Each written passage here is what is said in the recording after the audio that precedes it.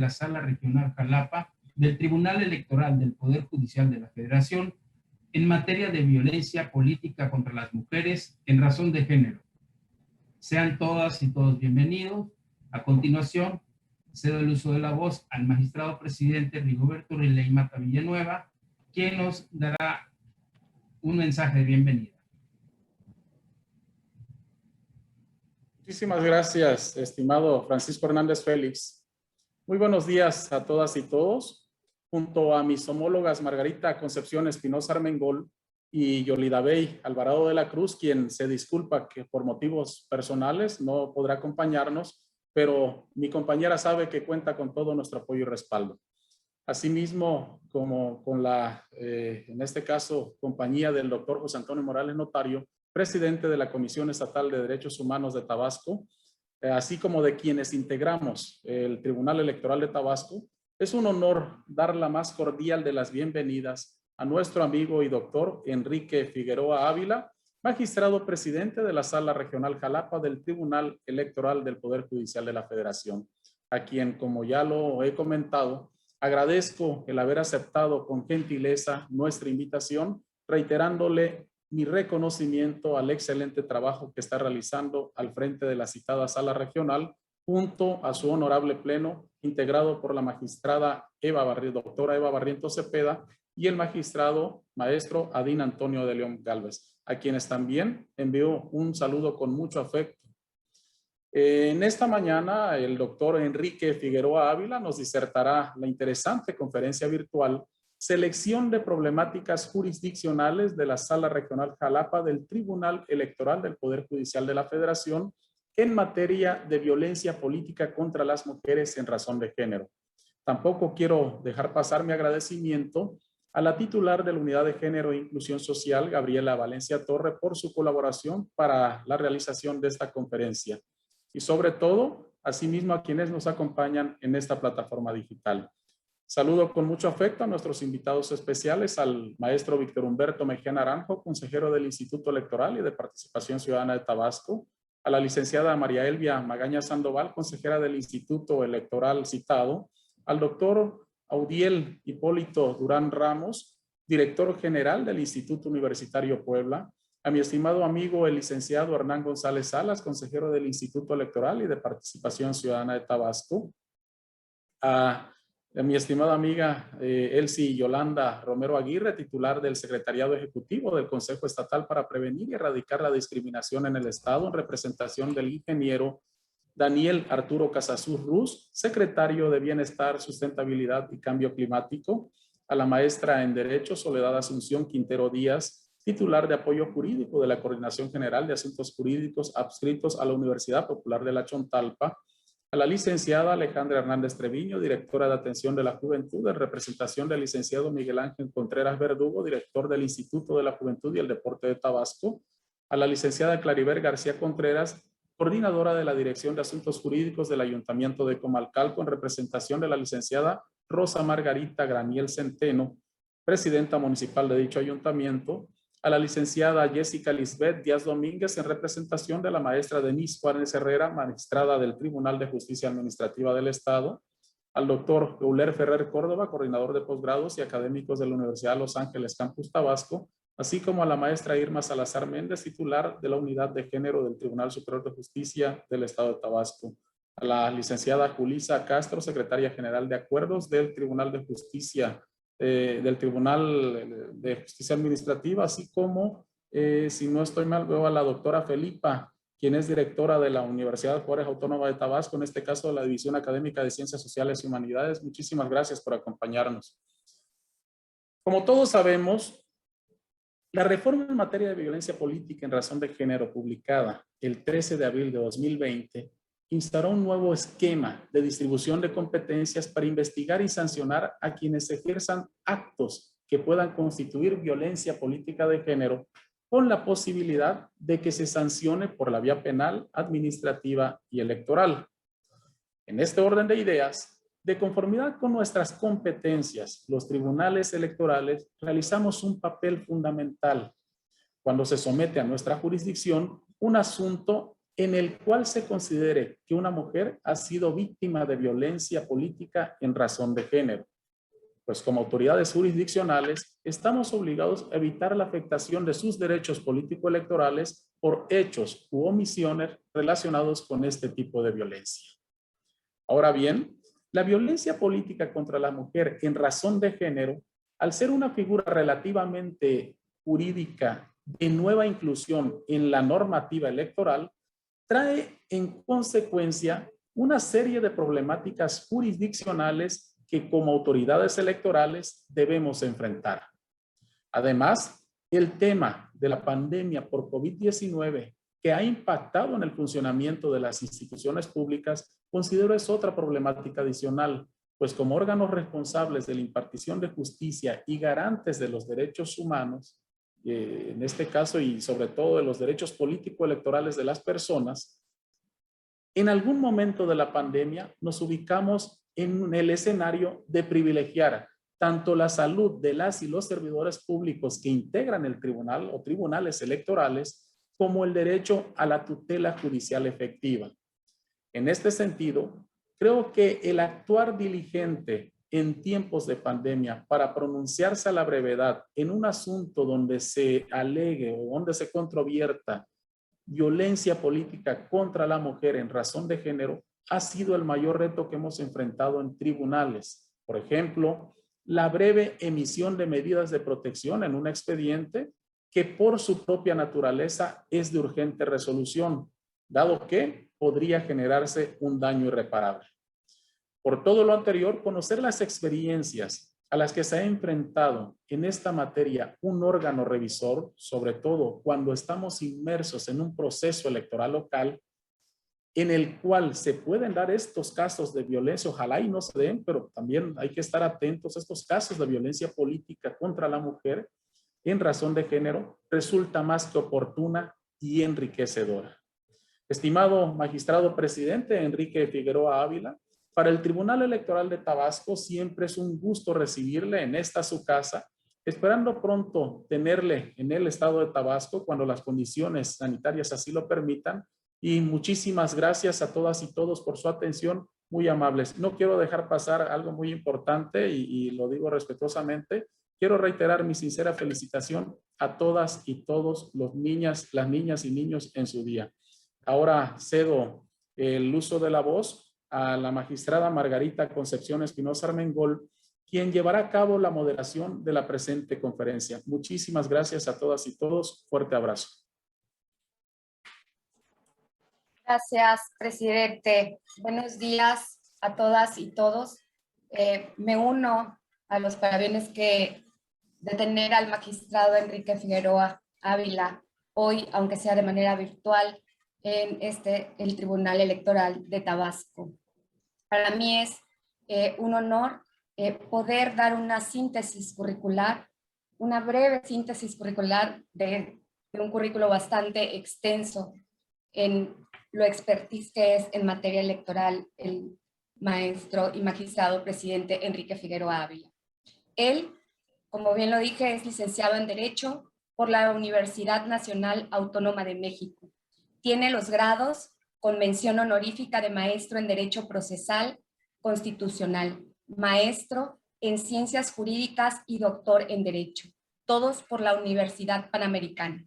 Asimismo, cuenta con estudios en Constitucionalismo y Garantismo en la Universidad de Toledo, España, en Derechos Humanos por el Instituto de Derechos Humanos de Cataluña, Barcelona, en Valoración Racional de la Prueba por la Universidad de Girona, España, y en la Protección Supranacional de los Derechos Humanos por la Universidad Complutense de Madrid. En su trayectoria profesional se ha desempeñado como asesor jurídico en diversas áreas de la Secretaría de Gobernación en el año 1995 y 1999. Cuenta con 21 años de experiencia jurisdiccional electoral. Fue secretario de Estudio y Cuenta y coordinador de ponencia en el entonces Tribunal Electoral del Distrito Federal, así como secretario de Estudio y Cuenta en la Sala Superior del Tribunal Electoral del Poder Judicial de la Federación. En la Facultad de Derecho de la UNAM es profesor definitivo por oposición de la materia Derecho Electoral desde el año 2012. A partir del año 2016 ha impartido las maestrías en Derechos Humanos, Oratoria Forense y Debate Jurídico en su división de Educación a Distancia. Ha sido profesor de la maestría en Derecho Constitucional y Amparo de la Universidad Eurohispanoamericana en Jalapa.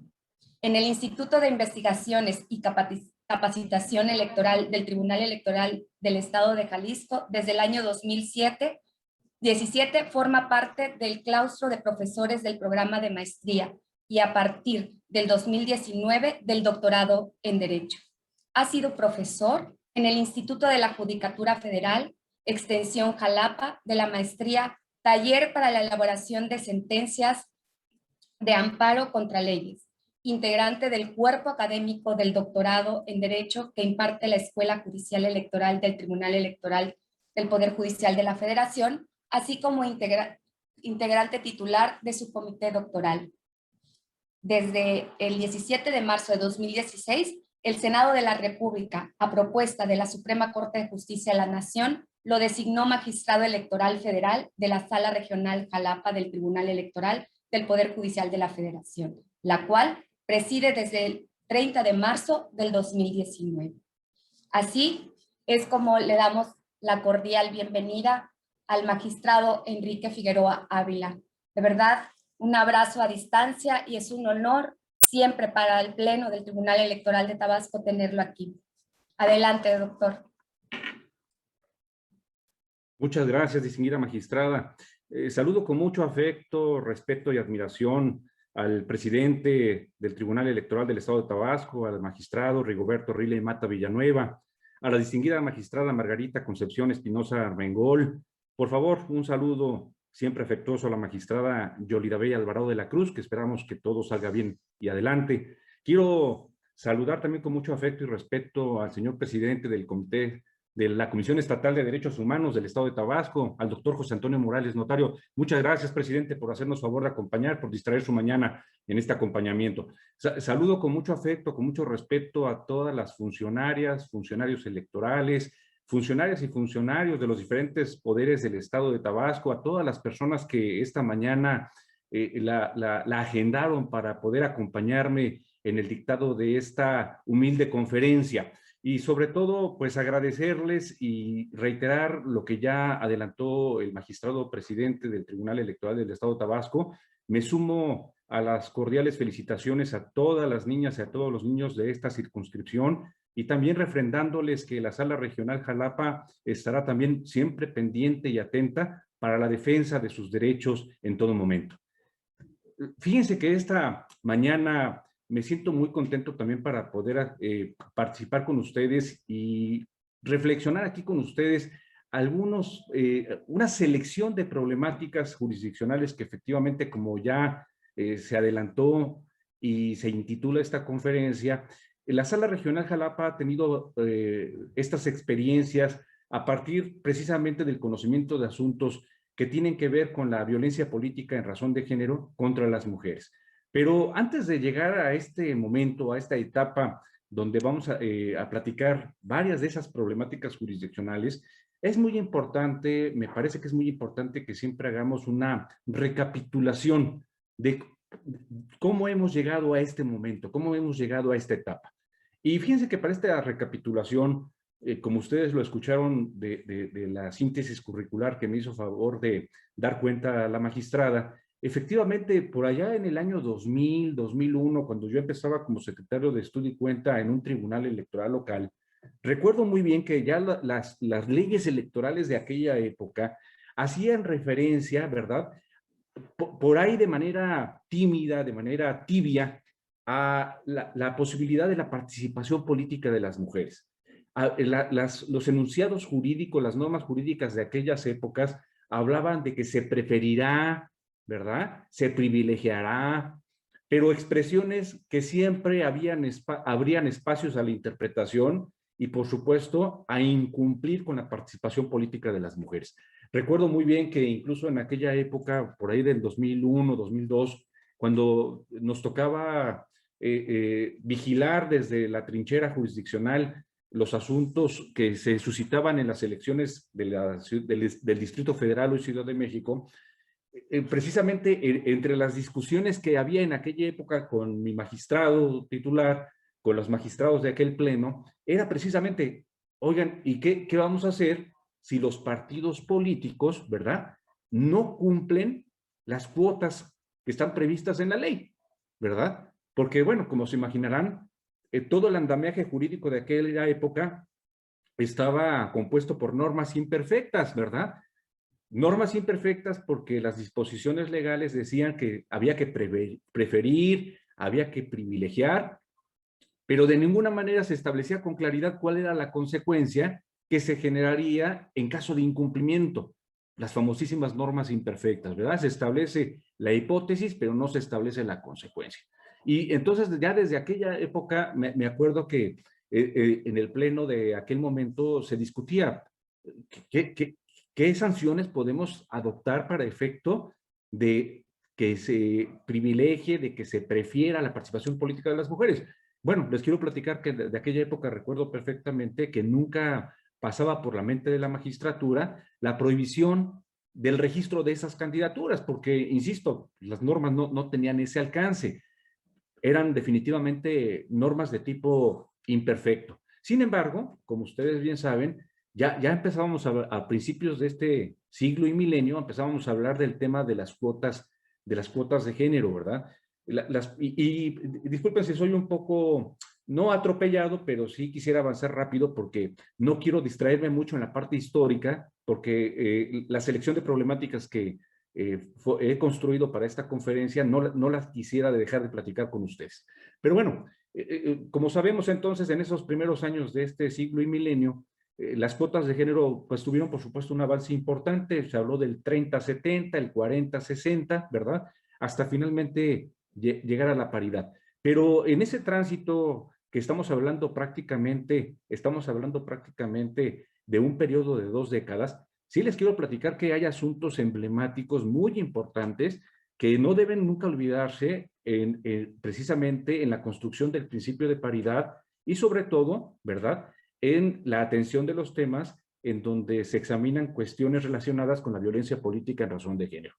Para mí es importantísimo recordar en este espacio aquellos asuntos del año 2009, ¿verdad?, en donde precisamente ya se empezaba a ver precisamente en la preparación de aquel proceso electoral federal del año 2009, en donde igual con las mismas fórmulas jurídicas, las leyes electorales de aquella época, pues efectivamente subordinaban el cumplimiento de la cuota a este tipo de expresiones. Hay que preferir, hay que privilegiar, y bueno, definitivamente lo que empezábamos a observar desde la sala superior de aquella época también era que los partidos políticos pues llevaban a cabo estrategias de simulación para tratar de dar cumplimiento a estas disposiciones legales, ¿no? Sabedores de que las consecuencias jurídicas no iban a ser determinantes precisamente para la observancia y obligatoriedad de esos mandatos legales. Incluso ustedes bien saben que también hay una sentencia del año 2011, la famosísima 12.624 del año 2011, en donde, bueno, pues ya definitivamente a partir de varios juicios para la protección de los derechos político-electorales del ciudadano, un conjunto de mujeres intelectuales, actoras políticas de aquella época, se construyeron precisamente una alianza a partir de la construcción de una cadena impugnativa en donde lo que se postuló era directamente que ya no era viable, ya no era admisible, aceptable, que los partidos políticos cumplieran de manera simulada los principios y todas las construcciones jurídicas que se habían hecho en relación con el cumplimiento del principio de paridad. Y sobre todo la observancia de esas cuotas de género, porque pues, bueno, en aquella época era muy frecuente, ¿verdad?, que las fórmulas se construyeran a partir del hombre propietario, la mujer suplente, o viceversa, la mujer propietaria y el hombre suplente, ¿verdad? Y luego se obligaba a las mujeres propietarias a renunciar. Entonces, bueno, no podemos olvidar que en la construcción precisamente del principio de paridad y luego de la falta de la violencia política en razón de género, hemos transitado por estas épocas que son sumamente ilustrativas de en qué situación se encontraba su participación política y sobre todo el nivel de compromiso que los partidos políticos tenían respecto a sus actoras políticas. Entonces, ha sido efectivamente en el tema de la violencia política en razón de género, la actividad de los tribunales electorales ha sido ha sido fundamental en la construcción de este andamiaje jurídico. Esto me parece que siempre es muy relevante, es muy importante porque en muchas ocasiones pareciera que el poder legislativo, ¿verdad? El poder legislativo es extraño o es externo al poder judicial y me parece que en el tema precisamente del principio de paridad y de la violencia política en razón de género, creo que no hay fuente más clara que de donde abrevó el poder legislativo para construir todo este andamiaje, todo este sistema, fue precisamente de las ejecutorias que fueron dictando los tribunales electorales a lo largo de estos años. Y lo que efectivamente ya adelantaba el presidente Riley a partir de la reforma de abril del año pasado, es precisamente una construcción en donde claramente su confección deviene de todos esos criterios, de todas esas sentencias que se han dictado por los tribunales electorales locales, por las salas del Tribunal Electoral del Poder Judicial de la Federación, para llegar al actual principio de paridad de género. Además, fíjense también que ya lo alertaba el presidente Riley. Fíjense que tratándose del tema de la violencia política en razón de género, así como de la mano el Tribunal Electoral se volvió un aliado fundamental en el derecho a la participación política de las mujeres, también se comenzó a observar un fenómeno alrededor de esta legítima aspiración para participar políticamente. Y era precisamente un conjunto de conductas, de omisiones, que afectaban la participación política de las mujeres, ¿verdad?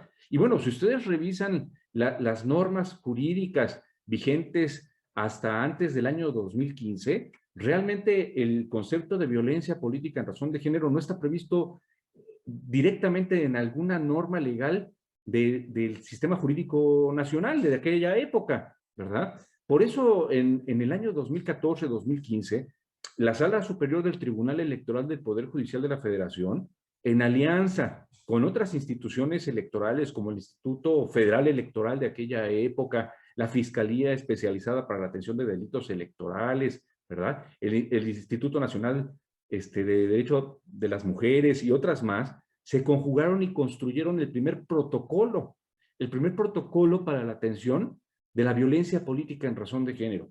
Como ustedes saben, este protocolo que data del año 2015, por primera vez haciendo una sistematización de todas las normas jurídicas, tanto nacionales como internacionales, ¿verdad? Construyeron este primer protocolo precisamente para ponerle nombre y apellido, ¿verdad?, a esas conductas irregulares que pueden ser por acciones u omisiones que afectan el legítimo ejercicio del derecho a la participación política de las mujeres. Y se le llamó violencia política en razón de género contra las mujeres. Desde aquel año 2015 se intitula esta falta y, por supuesto, con el objeto de construir también una guía para efecto de poder identificar estas faltas, estas irregularidades. El mismo protocolo, como ustedes lo conocen mejor que yo, incorpora el famosísimo test. El test que nos permite evaluar si una acción o una omisión configura o no la violencia política en razón de género. Y bueno, les quiero platicar que si ustedes consultan las bases de datos de las sentencias de todos los tribunales electorales locales o de las salas del Tribunal Electoral del Poder Judicial de la Federación, van a ver con mucha sorpresa que a partir de ese año 2015, la cita del protocolo para la resolución de asuntos donde se hace el señalamiento de violencia política en razón de género es prácticamente exponencial, ¿verdad? Estamos hablando de cientos y cientos de asuntos en todas las salas del Tribunal Electoral del Poder Judicial de la Federación. Y bueno, les quiero platicar que esa fue una primera etapa y una segunda etapa muy importante también, porque ese protocolo se revisó a los 3 años de iniciada su vigencia, se revisó y por supuesto, siempre como toda construcción humana, se mejoró. Y tenemos ahora actualmente un protocolo, ¿verdad?, del año 2017, que ya por supuesto recupera, recoge toda la sapiencia, todo el expertise de la nueva integración de nuestra sala superior, en donde por supuesto a las salas del Tribunal Electoral del Poder Judicial de la Federación se nos da una mayor claridad, una mayor contundencia para la atención de estos asuntos de violencia política en razón de género. Y bueno, como ustedes bien saben, este protocolo sigue aplicándose. No obstante que efectivamente en abril del año pasado, prácticamente ya cumplimos un año, el tema de la paridad de género y el tema de la violencia política en razón de género ya forma parte de diversos cuerpos jurídicos, el protocolo no ha perdido ni su fuerza ni su vigor. Y es un instrumento que se sigue aplicando, ¿verdad?, con toda la autoridad para efectos de poder identificar adecuada y correctamente estos casos en donde lo que se hace, lo que se formula es un señalamiento de afectación al legítimo ejercicio del derecho a la participación política. Porque recordemos una cosa muy importante, cuando yo hablo del derecho a la participación política, no es porque yo esté aquí con ustedes teorizando y planteando ante ustedes una nueva teoría sobre un nuevo derecho humano. No, les quiero decir que el derecho a la participación política es un derecho humano perfectamente identificable desde la Convención Americana sobre Derechos Humanos, ¿verdad? Y es un derecho amplio, es un derecho general que abarca precisamente, ¿verdad?, la posibilidad que tienen las mujeres de participar políticamente en los diferentes ámbitos de la vida pública de nuestro país. Entonces, precisamente la violencia política en razón de género tiene esa hechura, tiene esa confección y por supuesto tiene este importantísimo asidero en diversos tratados internacionales.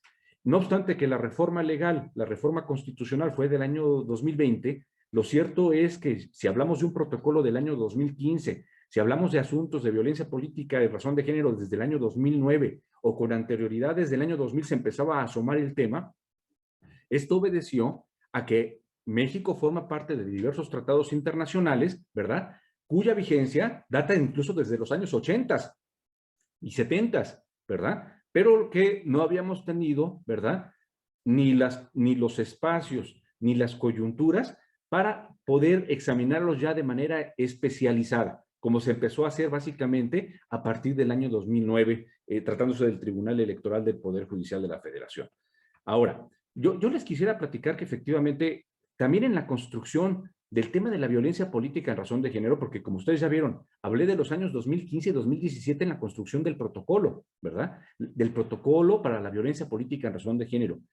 Lo cierto es que entre las sanciones, ¿verdad?, entre las consecuencias, entre los efectos que se pudieran generar a partir de incurrir en la violencia política en razón de género, hay un asunto que nos parece que es importante, que no debemos olvidar, precisamente en la posibilidad o en la idea de que quien incurre en violencia política en razón de género, eventualmente puede sufrir, ¿verdad?, puede tener en el ejercicio de sus derechos políticos y electorales, concretamente en el derecho a ser votado, la posibilidad de incurrir en una inelegibilidad. Fíjense que precisamente un caso que para nosotros fue muy importante en el año 2018, en un juicio de revisión constitucional electoral del estado de Oaxaca precisamente, en aquel proceso electoral donde se estaban renovando ayuntamientos que se renuevan a través del sistema de partidos políticos, porque recordemos que en el estado de Oaxaca, ¿verdad?, de los 570 municipios, ¿verdad?, 417 se renuevan por sistemas normativos indígenas, 417, ¿verdad? Y los demás, ¿verdad?, se renuevan a través del sistema de partidos políticos. Y precisamente fíjense que en el año de 2018 tuvimos un asunto muy interesante porque se venía planteando que respecto a 2 presidentes municipales que pretendían su reelección, ellos ya habían tenido en su contra sentencias en donde se les declaraba responsables de violencia política en razón de género. Y un tema muy interesante que se planteó en aquel momento, en aquella oportunidad, era precisamente si no la violencia política en razón de género podría tener alguna afectación, o más que afectación, podría tener algún impacto, ¿verdad?, en el derecho que tienen esas personas, las personas que incurren en violencia política en razón de género, para ejercer regularmente sus derechos político-electorales, concretamente el derecho a ser votado o el derecho a reelegirse. Y les quiero platicar que en aquella sentencia del año 2018 de la Sala Jalapa se examinó precisamente este planteamiento. Si quienes habían incurrido en violencia política en razón de género podían eventualmente, ¿verdad?, tener como consecuencia una restricción al ejercicio legítimo de su derecho a ser votado, ¿verdad? Fíjense, estoy hablando de una restricción por virtud de una sentencia que los hubiera declarado responsables de violencia política en razón de género. ¿Y por qué esto fue posible en el estado de Oaxaca examinarlo en aquel contexto? Porque les quiero platicar que en el estado de Oaxaca se puede detectar lo siguiente: el modo honesto de vivir, que como todas y todos sabemos a nivel constitucional, a nivel de la Constitución General de la República, es uno de los requisitos para la obtención de la ciudadanía. Les quiero decir que además en el estado de Oaxaca, el modo honesto de vivir es un requisito de elegibilidad. Es decir, tiene también esta otra dimensión. Y precisamente en aquella sentencia de la Sala Regional Jalapa, pudimos hacer la construcción, ¿verdad? Pudimos argumentar que quienes incurren en violencia política en razón de género y quieren seguir participando en los procedimientos democráticos, quieren seguir aspirando a una reelección, pues quienes tienen en su haber sentencias de este tipo, ¿verdad?, podríamos llegar a la conclusión de que no cumplen el requisito de elegibilidad, no de ciudadanía, el requisito de elegibilidad de no tener un modo honesto de vivir. Y les quiero platicar que en el año 2018, ¿verdad?, por primera vez se lleva a ese extremo, ¿verdad?, se lleva a ese alcance la consecuencia de haber incurrido en la violencia política en razón de género. Ahí la Sala Regional Jalapa llega a la conclusión de que se obtienen válidamente una restricción al legítimo ejercicio del derecho a ser votado en el año de 2018. Y también les quiero platicar que hay otra sentencia del año 2020, también de la Sala Regional Jalapa, en otro asunto del estado de Oaxaca, en donde por primera vez, siguiendo ya precisamente esa línea jurisprudencial respecto a la violencia política en razón de género, la Sala Regional Jalapa hace la siguiente propuesta: es necesario que la autoridad electoral del estado de Oaxaca cuente con un registro en donde aparezcan las personas que han incurrido en la violencia política en razón de género, y que ese registro esté en poder y que ese registro sea controlado por la autoridad electoral administrativa local, por el Instituto Estatal Electoral y de Participación Ciudadana del estado de Oaxaca. ¿Por qué? Porque evidentemente quienes aspiran a registrarse, ¿verdad?, como candidatas, como candidatos a los diversos cargos de elección popular del estado de Oaxaca, es precisamente ante el Instituto Electoral Local.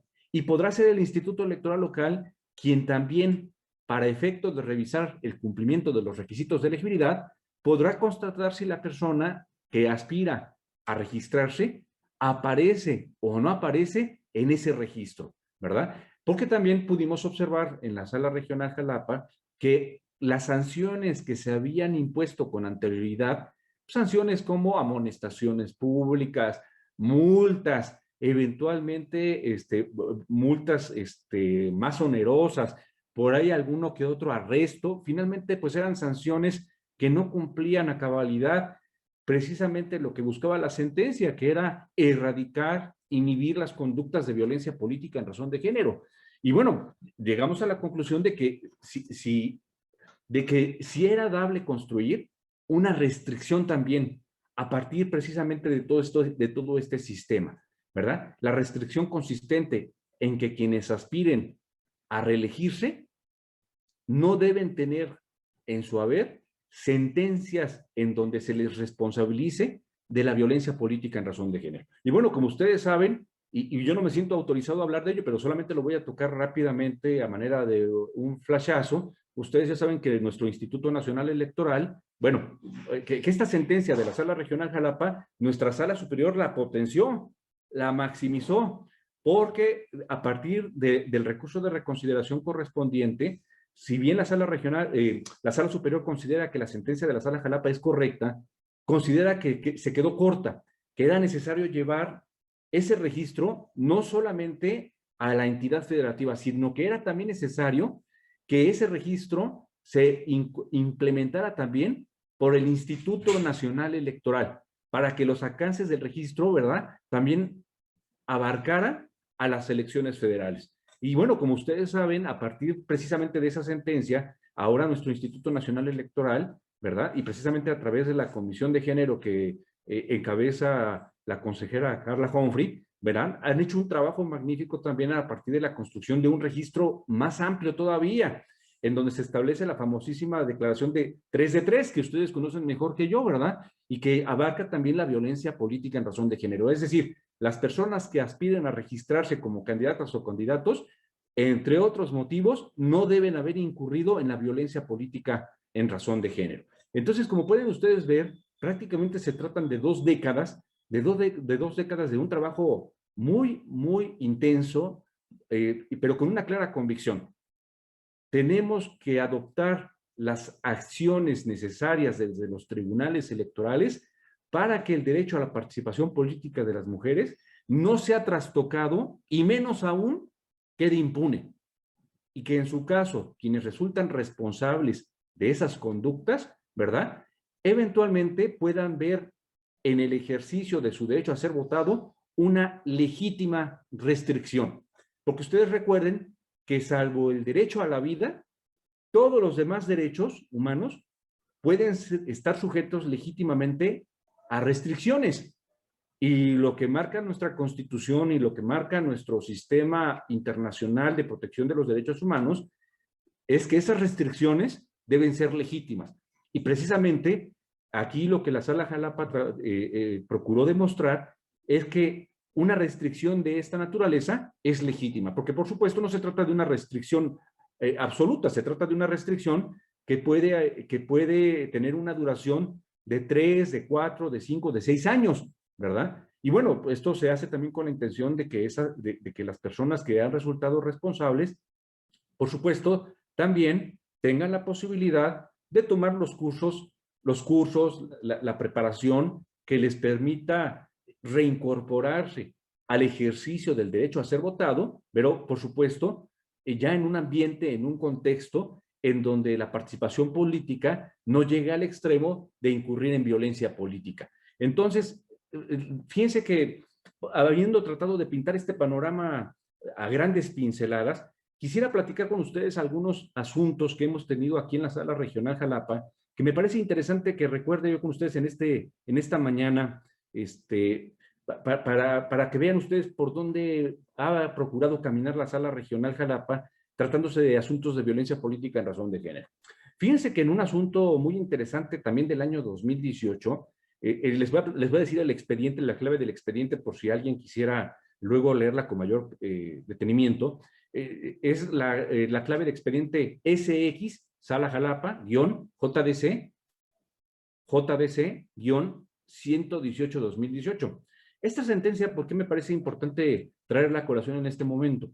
Porque fíjense que en esta sentencia, por primera vez, la Sala Regional Jalapa, ¿verdad?, se refiere por primera vez a las medidas de reparación integral en un caso de violencia política en razón de género.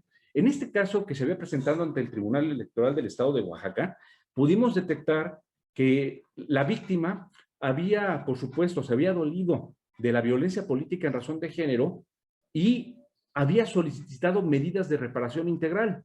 Como sabemos, las medidas de reparación integral tienen una hechura, tienen una construcción a partir de la Convención Americana sobre Derechos Humanos. Básicamente nuestra Corte Interamericana ha sido muy prolija precisamente en la construcción de todo este andamiaje de las medidas de reparación integral, que por supuesto abarcan las medidas de protección, las garantías de satisfacción, las medidas de no repetición y las de supervisión de cumplimiento de la sentencia. Este conjunto, que se conocen como medidas de reparación integral y que tienen esa hechura, pudimos observar en ese asunto que precisamente la víctima pedía medidas de reparación integral. Y observamos que el Tribunal Electoral del Estado solo se había ocupado de las medidas de protección, cuando había pedido también, repito, garantías de satisfacción, medidas de no repetición y supervisión del cumplimiento de la sentencia.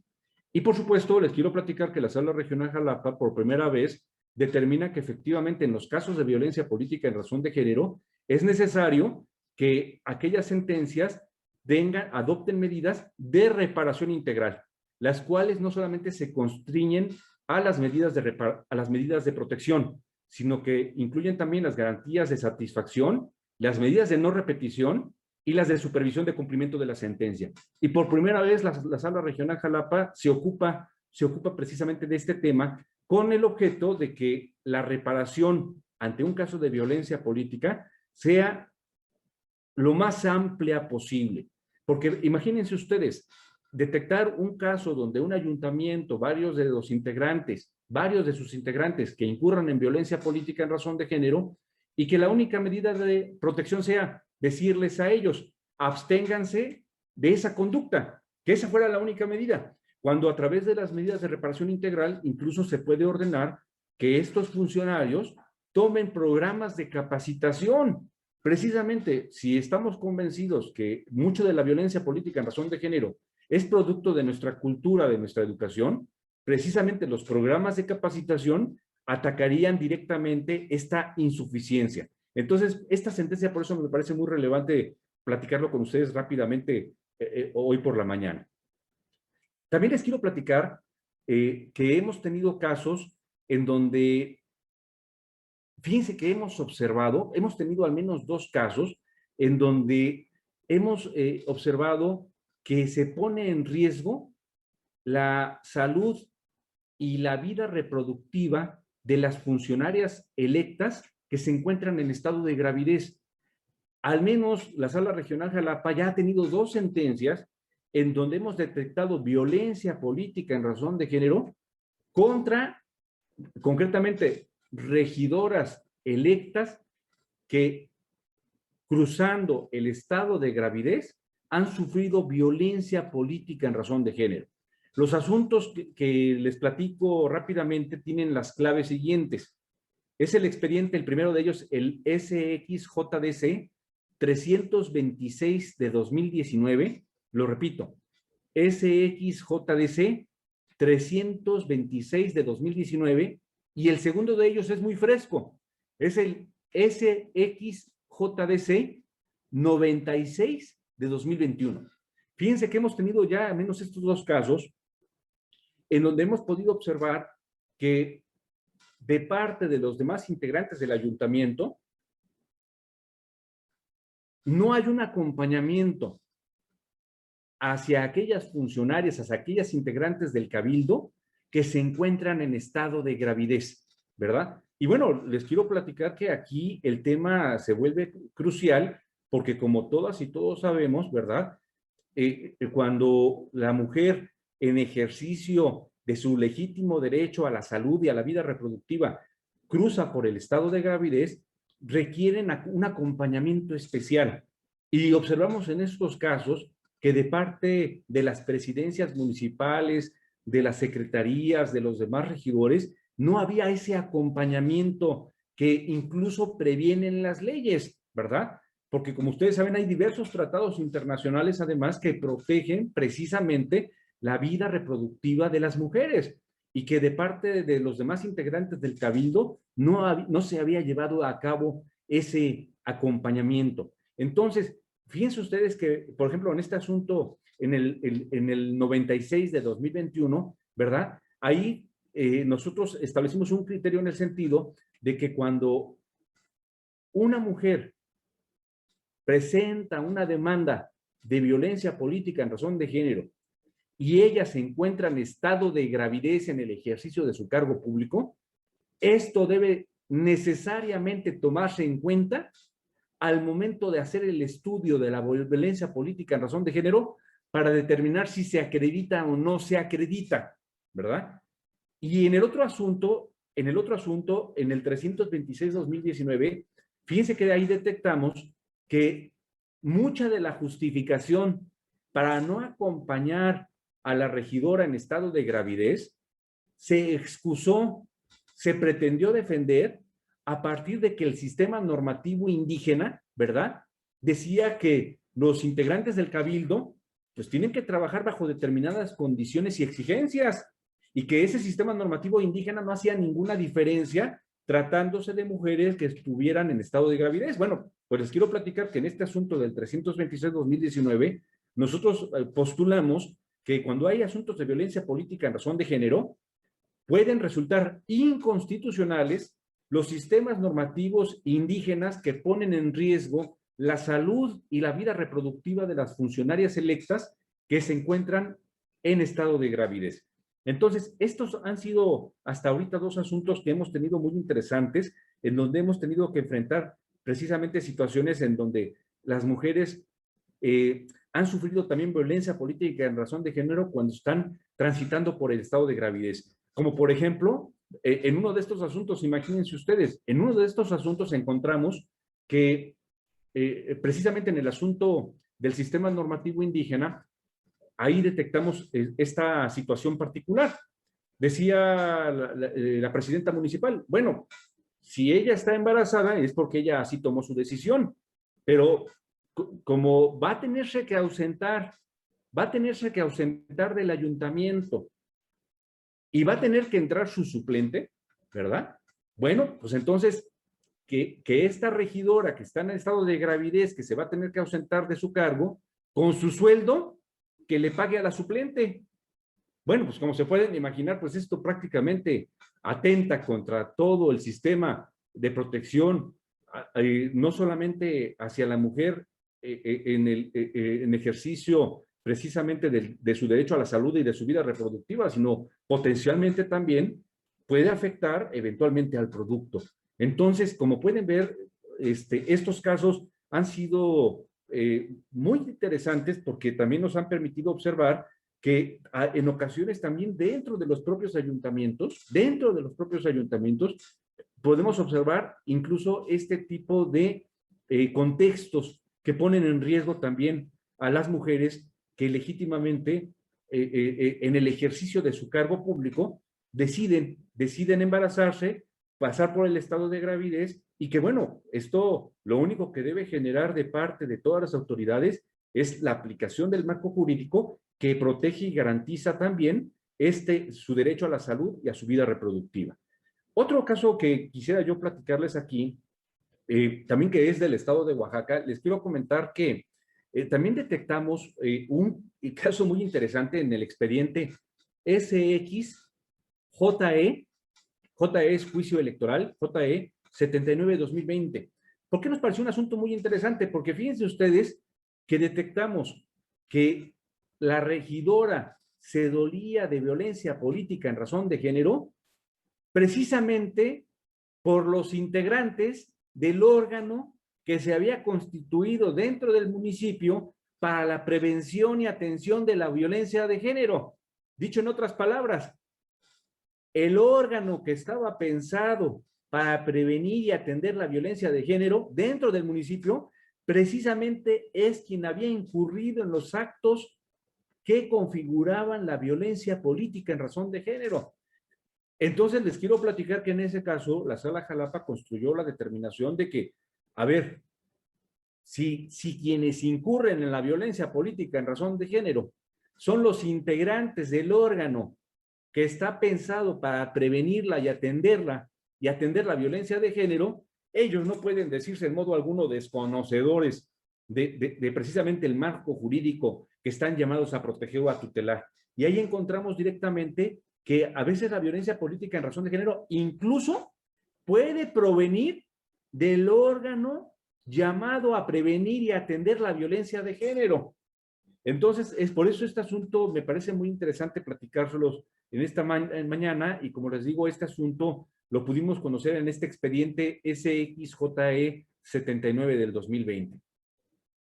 Ahora, precisamente en aquellos asuntos que yo les venía platicando, donde detectamos que se afectaba a una mujer en estado de gravidez, a una funcionaria electa en estado de gravidez, les quiero platicar que el primer asunto, el 326 de 2019, del que ya les di cuenta, les quiero detectar que ahí detectamos por primera vez que la violencia política en razón de género no se configura exclusivamente en una relación de hombre-mujer, sino que también es posible que se actualice en una relación de mujer-mujer, porque parecería que la violencia política en razón de género tiene como único contexto posible, ¿verdad?, que ésta se realice de un hombre con una mujer, sino que en ocasiones también puede ser de una mujer, la presidenta municipal, contra una regidora.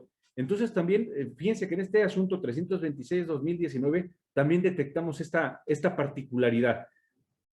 Porque precisamente, fíjense, entre los argumentos que nos hacía valer la autoridad señalada como responsable de la violencia política en razón de género era, pero yo también soy mujer. Yo no puedo incurrir en violencia política de razón de género porque soy una mujer y quien viene diciendo que la afecté es otra mujer. Y bueno, la conclusión de este asunto fue precisamente en la lógica de que la violencia política en razón de género no solamente entonces se configura en la relación hombre-mujer, sino eventualmente puede ser también válida en una relación de mujer a mujer. Fíjense que en otro asunto muy interesante, en un caso del estado de Veracruz, como ustedes saben, la violencia política en razón de género tiene distintas dimensiones, puede tener un impacto de diferentes niveles, ¿verdad? Puede ser patrimonial, puede ser, por supuesto, sexual, puede ser, por supuesto, también en el ejercicio de sus derechos político-electorales. Y bueno, les quiero y también, por supuesto, no cabe duda de la violencia psicológica. Bueno, les quiero platicar que hemos tenido casos aquí en la Sala Regional Jalapa en donde precisamente la víctima aduce que por el maltrato que ha sufrido, por la violencia política en razón de género que ha sufrido, tiene ella o ha resultado afectada psicológicamente.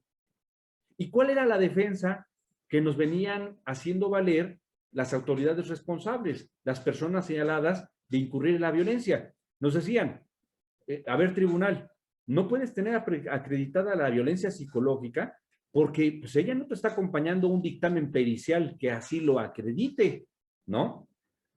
Revirtiendo la carga de la prueba. Y precisamente les quiero platicar que en este asunto que es el SXJE 71 de 2021, la Sala Regional Jalapa construyó el siguiente postulado que se somete a su distinguida consideración. Que en los casos de violencia política en razón de género, para tener por actualizada la violencia psicológica, no es necesario que la víctima tenga que acompañar un dictamen en la materia. Si queda acreditada la violencia política en razón de género y sabedores de que esta violencia puede tener su impacto en diferentes niveles de la personalidad del individuo, en todo caso, si la persona señalada como responsable efectivamente queda acreditada la violencia, bueno, pues tendrá que, entre otras cosas, ser responsable, ¿verdad? Precisamente en esas medidas de reparación integral, incluso restituir la afectación psicológica que pudiera haber sufrido directamente la afectada por la violencia política en razón de género. Y este criterio se sostuvo por la Sala Regional Jalapa en el expediente, les repito el expediente, SXJE 71 de 2021. Ahora, otro asunto muy bonito y bonito jurídicamente, lamentablemente son casos de violencia política en razón de género, pero que nos ha abierto la posibilidad de ir construyendo criterios sobre todo para, insisto, poderla erradicar, poderla inhibir, poderla confrontar y que la violencia política en razón de género ya no sea una constante en el ejercicio legítimo del derecho a la participación política de las mujeres. Fíjense que en el expediente SXJE 31 de 2021 pudimos detectar en un caso de sistemas normativos indígenas en el estado de Oaxaca que también las autoridades de facto en los sistemas normativos indígenas, autoridades de facto en sistemas normativos indígenas, pueden incurrir en violencia política en razón de género. Por este caso, lo platico con un poco más de detalle. Como ustedes saben, en los sistemas normativos indígenas, la máxima autoridad es la Asamblea Comunitaria. Y bueno, les quiero platicar que en este asunto JE 31 de 2021, la Asamblea Comunitaria de un ayuntamiento tomó la decisión de nombrar una comisión para que le diera seguimiento a los trabajos del ayuntamiento. Fíjense nada más, la Asamblea Comunitaria nombra una comisión para que supervise el trabajo del ayuntamiento. Bueno, pues precisamente esta comisión, ¿verdad?, que está integrada por el sistema normativo indígena y que fue electa por la Asamblea Comunitaria, empezó a desplegar conductas, ¿verdad?, de hostigamiento, de violencia hacia las mujeres integrantes del ayuntamiento. Y, por supuesto, las regidoras en su momento presentaron una demanda de violencia política en razón de género. Les quiero platicar que el Tribunal Electoral de Oaxaca correctamente determinó que efectivamente esas autoridades de facto en sistemas normativos indígenas sí pueden incurrir en violencia política en razón de género, porque parecería que las únicas que pueden generarlo son autoridades, ¿verdad?, legal y constitucionalmente previstas, como los ayuntamientos, porque aquí les repito, era una comisión formada por una Asamblea General Comunitaria. Bueno, obviamente les quiero platicar que al resultar afectados por la sentencia del Tribunal Electoral de Oaxaca, los integrantes de esta comisión acudieron a la Sala Regional Jalapa a que se revisara precisamente ese pronunciamiento del Tribunal Electoral de Oaxaca. Y les quiero platicar que la Sala Regional Jalapa, en este juicio electoral 31 de 2021, llegó a la conclusión, al igual que el Tribunal Electoral del Estado de Oaxaca, de que efectivamente en los sistemas normativos indígenas, cuando se construyen o se constituyen autoridades de facto, como la que acabo de describir, eventualmente pueden ser también responsables de violencia política en razón de género. Entonces, por eso me parece que es un acto o es un asunto que debe ser tomado en cuenta de cómo ha venido evolucionando, cómo se ha venido detectando diversas modalidades de la violencia política en razón de género. Otro caso muy interesante que les quiero platicar es el que se sostuvo en el expediente SXJDC 390 del 2019. En este asunto, fíjense nada más, hemos encontrado y hemos detectado muchos casos en que la obstrucción al ejercicio del cargo, en una primera sentencia, no alcanza a configurar la violencia política en razón de género, sino que únicamente se llega a determinar la existencia de un caso de obstrucción en el ejercicio del cargo. Y obviamente una sentencia de esta naturaleza, pues lo que le ordena a quien obstruye el ejercicio del cargo es que se abstenga de obstruirlo, que colabore para que la regidora pueda ejercer correctamente su cargo como regidora. Bueno, les quiero platicar que no obstante que ha habido casos en que se dicta esa sentencia de obstrucción del ejercicio del cargo, la víctima vuelve a demandar y dice, oye, es que me siguen obstruyendo el ejercicio del cargo. No cumplieron tu primera sentencia y me siguen obstruyendo el ejercicio del cargo, ¿verdad? Bueno, les quiero platicar que en este expediente 390-2019, nosotros postulamos lo siguiente, que la violencia política en razón de género, en este tipo de casos, se puede actualizar con la repetición del acto reclamado. ¿Por qué? Porque, a ver, ya te dijeron que estás obstruyendo el cargo y sigues insistiendo en la obstrucción del cargo. Bueno, y eso es el caso y es el caso que esa obstrucción al ejercicio del cargo es contra una mujer. Pues si le estás obstruyendo al ejercicio del cargo, ya estás afectándola a ella directamente en el ejercicio del cargo, también en razón de su género. Y por eso es un asunto que me parece interesante, en donde le damos una dimensión diferente a la repetición del acto reclamado. Por supuesto, en la materia de amparo esto ha tenido otras connotaciones, Pero bueno, en el caso de la violencia política en razón de género, la Sala Regional Jalapa le ha dado esta visión. Y por eso me gustaría mucho que luego, ojalá tengan la oportunidad de leer esta sentencia SXJDC 390 de 2019, para que puedan ustedes también formularse su propia opinión. Pero bueno, esta es una propuesta, les repito, con la idea de que podamos fortalecer el ejercicio de los derechos político-electorales de las mujeres. Otro caso que también debemos tomar en cuenta es precisamente en los temas que había olvidado comentarles cuando platicamos el tema de los derechos a la salud y la vida reproductiva de las funcionarias electas en el ejercicio del cargo, es precisamente que esa violencia política en razón de género también se puede configurar cuando se toleran, fíjense, cuando, no solamente cuando yo llevo a cabo el acto o yo incurro en la omisión, sino también pueden incurrir en violencia política en razón de género cuando quienes están alrededor y pueden hacer algo al respecto, toleran actos u omisiones que implican el menoscabo o la renuncia de derechos de una funcionaria electa en estado de gravidez, ¿verdad? Porque a veces pasa, a veces sucede, fíjense ustedes, que está, en este caso que fue del 326-2019, al que ahora ya me refería al inicio, en este caso habíamos observado que la regidora, en una sesión de cabildo donde estaban todos los regidores, el síndico, el presidente, ¿verdad? Precisamente decía, oigan, estoy en el estado de gravidez y quiero tramitar mi licencia de maternidad. Y no había habido una respuesta positiva por parte de la presidencia municipal. Pero les quiero platicar que en ese asunto los regidores, los demás compañeros regidores, sí presentaron documentos en donde le decían al presidente municipal, oye, presidente, es que se tiene que tramitar la licencia de maternidad a la compañera regidora. O sea, hubo un acompañamiento del cabildo, fíjense, hubo un acompañamiento del cabildo hacia la regidora.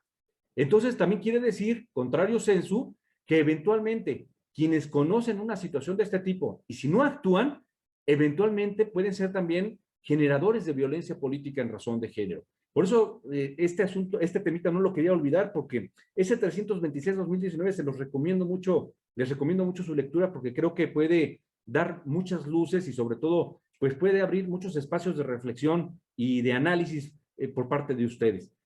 Otro asunto que quisiera yo platicar aquí con ustedes, bueno, este ya lo habíamos platicado precisamente, el asunto, aquí les tengo la clave del asunto, en donde sostuvimos que el modo honesto de vivir, como requisito de elegibilidad, puede eventualmente verse afectado por la violencia política en razón de género. No les había dado la clave del expediente, aquí la tengo ya, es el asunto SXJRC 140 del 2018. ¿De acuerdo? Entonces, para que tengan también la posibilidad de revisar aquel precedente en donde lo que se empezó a impactar en casos de violencia política en razón de género es precisamente el cumplimiento del requisito de elegibilidad del modo honesto de vivir. Otro criterio que hemos sostenido aquí en la Sala Regional Jalapa deriva del expediente SXJDC 290 del 2019. Fíjense ahí, fíjense que en este asunto sostuvimos que para acreditar la violencia política en razón de género, se debe dar un valor preponderante a lo manifestado por la víctima según el contexto del caso. A ver, y quiero ser muy cuidadoso en este criterio. No estamos diciendo con este criterio que lo que diga la víctima en automático configura lo que ella está diciendo, porque eso sería contrario al principio de carga de la prueba y que a quien afirma está obligado a probar. No, lo que estamos diciendo es que debe tener un valor preponderante lo manifestado por la víctima de acuerdo con el contexto del caso. Es decir, el contexto, por supuesto que nos debe dar luz de las dificultades de tipo probatorio que eventualmente puede sufrir quien está siendo víctima eventualmente de la violencia política en razón de género. Y bueno, este criterio tiene mucho que ver con un criterio que ustedes seguramente conocen de nuestra sala superior, ¿verdad? En un asunto en donde nos revocaron aquí a la Sala Regional Jalapa en materia de violencia política en razón de género, sobre cargas probatorias, tratándose de la materia de violencia política en razón de género, en donde básicamente lo que la Sala Superior está diciendo es que los tribunales electorales, tratándose de carga probatoria, debemos ser muy cuidadosos precisamente en no colocar a las víctimas ante situaciones donde sea imposible, ¿verdad?, poder realizar poder cumplir con esas cargas probatorias, ¿verdad? Por ejemplo, si la regidora me viene diciendo, es que no me pagan las dietas, ¿verdad? Y parecería que la carga de la prueba le corresponde a ella porque dice, no me pagan las dietas. La nueva lectura que hace, por supuesto, la Sala Superior y también lo que ha sostenido ya la Sala Jalapa es en el sentido de que, bueno, como se te atribuye, presidente municipal, que tú no has cubierto los salarios y en principio tú eres precisamente el que maneja los recursos públicos, el que tiene acceso a esa nómina, el que tiene la posibilidad de conocer los estados bancarios, el que afirma que realizó los depósitos, entonces la carga de la prueba te corresponde a ti. Entonces, fíjense cómo en tratándose de la violencia política en razón de género, también nuestra Sala Superior ha dictado criterios muy importantes, beneficiosos precisamente para aquellas víctimas de violencia política en razón de género, sabedores de que en ocasiones, o en muchas, o la mayoría de las ocasiones, la violencia política en razón de género proviene de autoridades superiores, ¿verdad? Y si bien es cierto, me podrían decir ustedes legítimamente, magistrado, es que los regidores no son inferiores del presidente municipal, claro, pero lo cierto es que el presidente municipal sí tiene el control de la administración del municipio. Los directores le responden a él, el secretario del ayuntamiento le responde a él, el tesorero le responde a él. Entonces, sí, de facto se da una relación jerárquica, ¿verdad? Y por tanto, sabedores de esta situación, en los casos de violencia política en razón de género, hemos tenido mucho cuidado, precisamente cómo atender el tema de las cargas probatorias. Otros asuntos que quisiera ya rápidamente comentar es que hemos detectado ya al menos 2 casos de violencia política por condición de persona adulta mayor. Ya hemos detectado al menos 2 casos en la Sala Jalapa en los expedientes SXJDC 390 de 2019 y SXJDC 400 de 2019, en donde hemos detectado ya al menos 2 casos en que por condición de persona adulta mayor, incluso en uno de estos casos la persona era mujer, ¿verdad? Teníamos ya una situación de interseccionalidad, había violencia política contra ella y contra él, porque en uno de los asuntos ya sentenciamos que hay violencia política por condición de persona adulta mayor contra un hombre. Entonces también, como pueden ver ustedes, y con esto quisiera cerrar este primer apartado, la violencia política no está únicamente circunscrito contra las mujeres.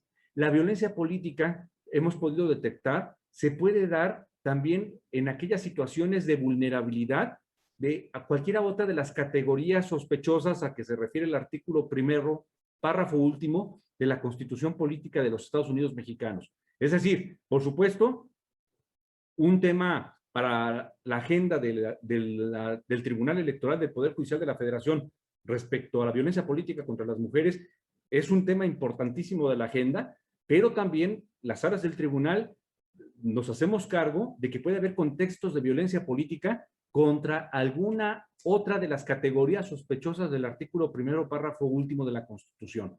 Entonces, esto lo pudimos detectar en estos asuntos 390 y 400 del año 2019.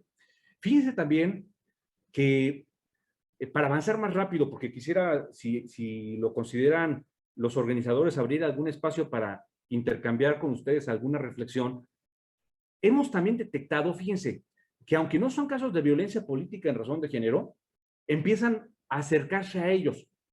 hemos detectado casos de elecciones en el estado de Oaxaca en donde, si bien permiten que las mujeres participen políticamente, ¿qué creen?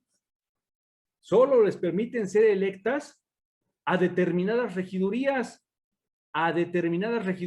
y estoy casi seguro de que varios de ustedes ya se imaginan a qué regidurías.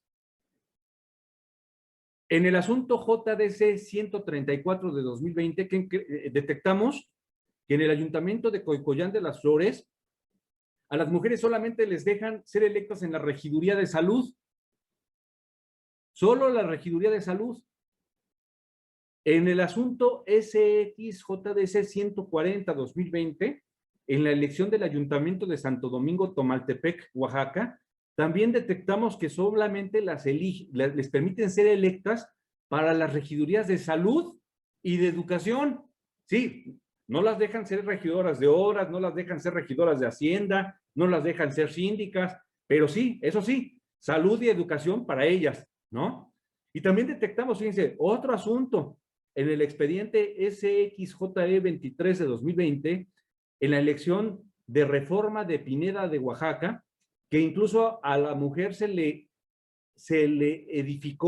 estableció una regiduría de ornato, imagínense ustedes, ¿no? Entonces, les quiero platicar que la sala ha venido detectando casos como de ese tipo, que hemos empezado a ubicar ya casos en donde se empiezan a estereotipar por razones de género las elecciones de ayuntamientos, dejándole a las mujeres solamente la posibilidad de participar políticamente en esas regidurías. ¿Por qué? Porque ya se imaginarán, allá en el estado de Oaxaca algunos dicen, no, si nos van a obligar a que las mujeres sean electas, pues que queden electas en las regidurías de salud y de educación o de ornato, ¿no? Y bueno, por supuesto, les quiero decir que ya la Sala Jalapa ya tiene nota precisa de ese tipo de casos y que por supuesto no lo vamos a permitir. Ya la magistrada y los magistrados estamos convencidos de que, y ya también así lo sentenciamos, que el Instituto Electoral de Oaxaca tiene que hacer un trabajo, como siempre lo ha hecho, de manera muy profesional, pero todavía mucho más profundo. En esos ayuntamientos donde ya detectamos este tipo de casos, les tienen que decir a los ayuntamientos que para que sus próximas elecciones por sistemas normativos indígenas sean válidas, tienen que permitir que las mujeres sean electas a cargos diferentes de mayor importancia que las regidurías de salud, de educación y de ornato, porque si no, no van a ser válidas esas elecciones. Entonces, ya estamos trabajando también en esa ruta, también estamos trabajando en esa dirección. Ya para terminar, 3 casos rapidísimos para que ya terminemos. A ver, ustedes saben que a partir del año 2010, entre las múltiples reformas a nuestro sistema jurídico, hay una reforma que ha llamado la atención muy importantemente aquí en nuestra sala regional, que consiste en lo siguiente. Como ustedes saben, desde la ley se establece la posibilidad de que se presenten quejas o denuncias para que los casos de violencia política en razón de género sean sustanciados y resueltos a través del procedimiento especial sancionador, ¿verdad? Y una enorme pregunta que se genera a partir de esto es, entonces quiere decir que el JDC ya no sirve, ya no funciona como lo había venido haciendo hasta antes del año 2020, porque si ustedes revisan todos los precedentes de JDC estaban, todos los precedentes en materia de violencia política en razón de género se habían ventilado o en juicio para la protección de los derechos político-electorales del ciudadano o en juicios electorales. Entonces, la gran pregunta es, entonces, ahora, ¿los casos de violencia política en razón de género tienen que pasar necesariamente por un procedimiento especial sancionador? ¿O quiere decir que también puede ser el procedimiento especial sancionador o el juicio para la protección de los derechos político-electorales del ciudadano, según sea el caso? Bueno, les quiero platicar que aquí en la Sala Regional Jalapa, con mi querida magistrada y compañera, la magistrada Eva Barrientos Cepeda, y mi querido compañero y magistrado, el magistrado Adín Antonio de León Gálvez y su servidor, tenemos un debate bien interesante. Para la magistrada Eva Barrientos, todos los asuntos de violencia política en razón de género, en principio, deben ser sustanciados a través del procedimiento especial sancionador. Y sería muy bueno, sería muy interesante que cuando lo considere este distinguido tribunal el electoral de Estado de Tabasco, que invitaran a mi compañera magistrada para que ella les explique de la manera magistral, como siempre lo hace, cuál es su posicionamiento, ¿verdad? Bueno, pero les quiero platicar que el magistrado Adín de León y yo, de manera sintética, y ojalá también inviten luego al señor magistrado Adín de León, porque también lo hacen, él lo explica de mejor manera que yo, y siempre de manera más pulcra que yo. Él sostiene y sostenemos que depende el caso, depende el caso. Hay ocasiones que en nuestro concepto, la violencia política en razón de género no se puede escindir, no se puede dividir del derecho al ejercicio del cargo, que es el derecho al sufragio pasivo. Y para nosotros, para el señor magistrado y para mí, en esos casos, cuando vemos que es inescindible, se tiene que ver el asunto en JDC. Entonces, es una polémica bien interesante que tenemos aquí con la doctora Eva Barrientos Cepeda y con el magistrado Adín de León Gálvez. Entonces, ojalá que luego se abra un espacio, una oportunidad para que escuchen siempre en una conferencia magistral a la magistrada Eva Barrientos, porque creo que van a quedar también muy convencidos también de su punto de vista, porque me parece muy sólido. Pero bueno, el magistrado de León, que lo podría explicar mejor que yo y su servidor, tenemos esta otra lectura, que depende del caso particular. Entonces, tenemos esa lectura ahorita aquí en la Sala Regional Jalapa. Es parte de las problemáticas que nosotros vivimos, es parte de las problemáticas que nosotros enfrentamos día a día. Porque les quiero platicar que casi todas las sesiones públicas de resolución de la Sala Regional Jalapa, casi todas, tenemos asuntos de violencia política en razón de género. Somos la Sala Regional, somos la Sala del Tribunal Electoral del Poder Judicial de la Federación que más asuntos de violencia política en razón de género conoce y resuelve. Entonces, lamentablemente es un asunto y es un tema muy importante de la agenda de la Sala Regional Jalapa, y por supuesto, la magistrada, el magistrado y yo estamos sumamente comprometidos y, por supuesto, convencidos de la enorme responsabilidad que tenemos en el conocimiento de estos asuntos, porque, por supuesto, hemos detectado asuntos en donde efectivamente hay violencia política en razón de género, pero también hemos detectado asuntos en donde no hay violencia política en razón de género, ¿verdad? Buscando siempre el justo equilibrio para que no se distorsione precisamente los casos de violencia política en razón de género. Un tema bien interesante precisamente en esa lógica, en esa dirección, es una enorme pregunta que se han formulado ya en algunos espacios y foros. Los tribunales electorales somos competentes para conocer de casos de violencia política en razón de género contra funcionarias cuyo cargo no proviene de una elección, de unos comicios, es decir, la violencia política en razón de género contra funcionarias electas. Bueno, les quiero platicar, les quiero comentar que en principio esta Sala Regional Jalapa consideró que sí, pero ya nuestra Sala Superior, y por supuesto que es el criterio que estamos obedeciendo, nuestra Sala Superior ha determinado que no, que los casos de violencia política en razón de género contra funcionarias cuyo cargo no proviene de una elección popular no son competencia de la materia electoral. A ver, y ojo, no estoy diciendo que esos casos queden inauditos, queden en estado de indefensión. Lo único que estamos diciendo es que los tribunales electorales no somos competentes para el conocimiento de estos asuntos. Entonces, con esto, yo quisiera pues comentarles que, como ven, los temas de violencia política en razón de género que la Sala Jalapa ha tenido la oportunidad de conocer son muy variados, son muy diferentes, porque aquí coinciden muchos municipios que se eligen por sistemas de partidos políticos, por sistemas normativos indígenas, y por supuesto cada uno de ellos tiene su contexto especial, y ese contexto tiene que ser tomado en consideración. ¿Para qué? Pues para dictar resoluciones que sean justas, ¿verdad? Que, por supuesto, tomen en cuenta todas las particularidades de cada caso concreto, porque finalmente la justicia y sobre todo la equidad a eso dirige, a la aplicación del derecho a cada caso particular según sus condiciones particulares.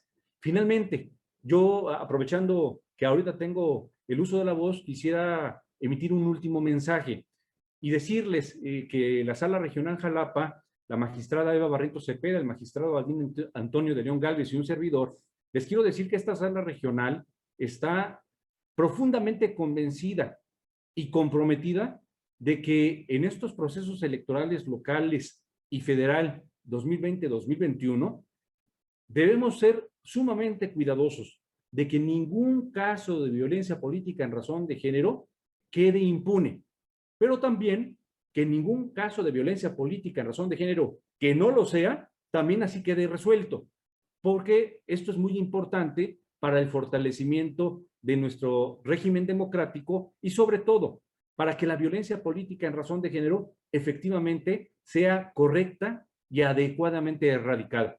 Muchísimas gracias por su atención y quedo a sus apreciables órdenes.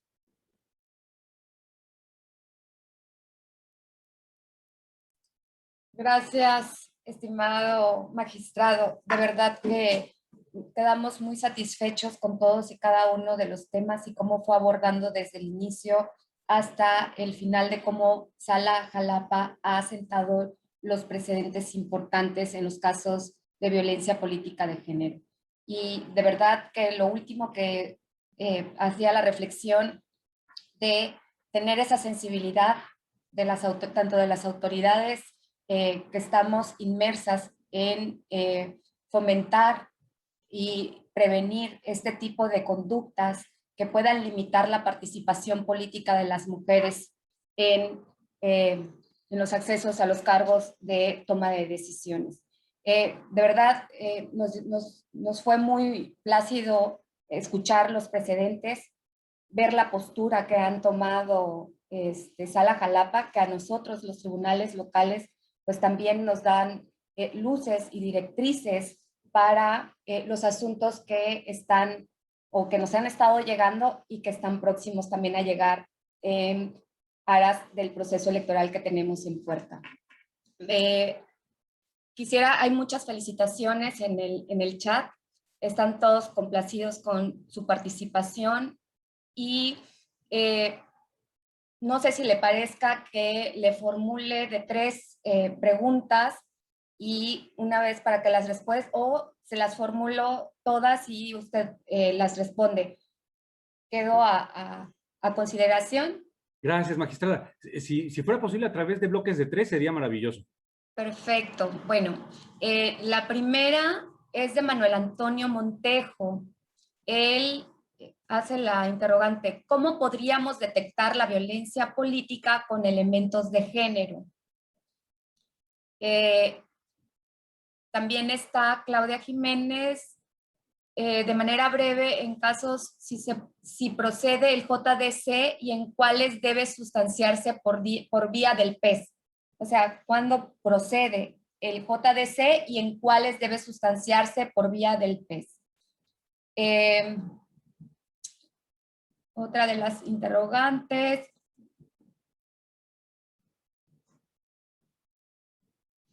Pues estas dos serían las primeras en lo que se animan a hacer más preguntas, estimado. Claro que sí, magistrada. Muchas gracias a don Manuel. A ver, te quiero platicar, don Manuel, que precisamente cómo detectamos que un caso de violencia política sea en razón de género. Fíjense que el elemento quinto del test, que es que la afectación sea precisamente porque la víctima es mujer, siempre ha sido el elemento más difícil de acreditar, siempre ha sido el elemento más difícil de demostrar. Pero efectivamente, aquí lo que quiero yo sugerir como un elemento que puede servir para detectar que el motivo es el género, don Manuel, es precisamente el contexto del asunto. El contexto del asunto, ¿verdad? La revisión de todo el contexto del asunto nos permite hacer esa detección. Si a la víctima se le está afectando por ser mujer, porque obviamente les quiero decir que quien incurre en violencia política en razón de género difícilmente dice, es que yo a ella la trato así porque la considero menos, porque es una mujer. Difícilmente los asuntos vienen con esos elementos. ¿verdad? Entonces, por eso se hace sumamente necesario que revisemos el contexto del asunto. A ver, les voy a platicar que hay asuntos, hubo asuntos, porque también todos los asuntos cambian de contexto a contexto. Hemos tenido asuntos en donde, fíjense, se presenta la demanda por la actora y cuando la autoridad responsable señala o formula su informe circunstanciado, en el informe también vienen elementos importantísimos. Tuvimos un caso en donde desde el informe circunstanciado el presidente municipal nos venía diciendo, es que trabajar con ella es muy conflictivo, es muy difícil trabajar con ella. Es más, magistrados, los invito a que traten de trabajar con ella, a ver si ustedes pueden, ¿no? Entonces, pues sí, a veces los informes también son sumamente reveladores de la situación.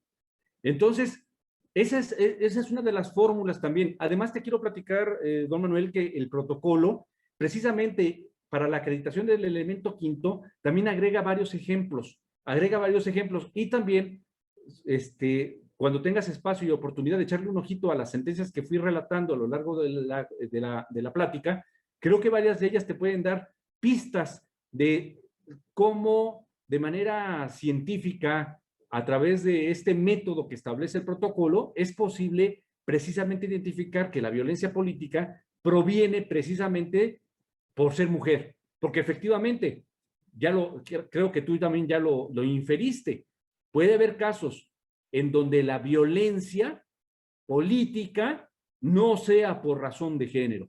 Y bueno, este tema que se desprende, la violencia política, que no es en razón de género, bueno, no es el tema de esta conferencia, pero les quiero decir que nuestra sala superior, en un asunto de hechura del magistrado presidente, del señor magistrado don José Luis Vargas Valdés, en un asunto ya detectó la violencia política.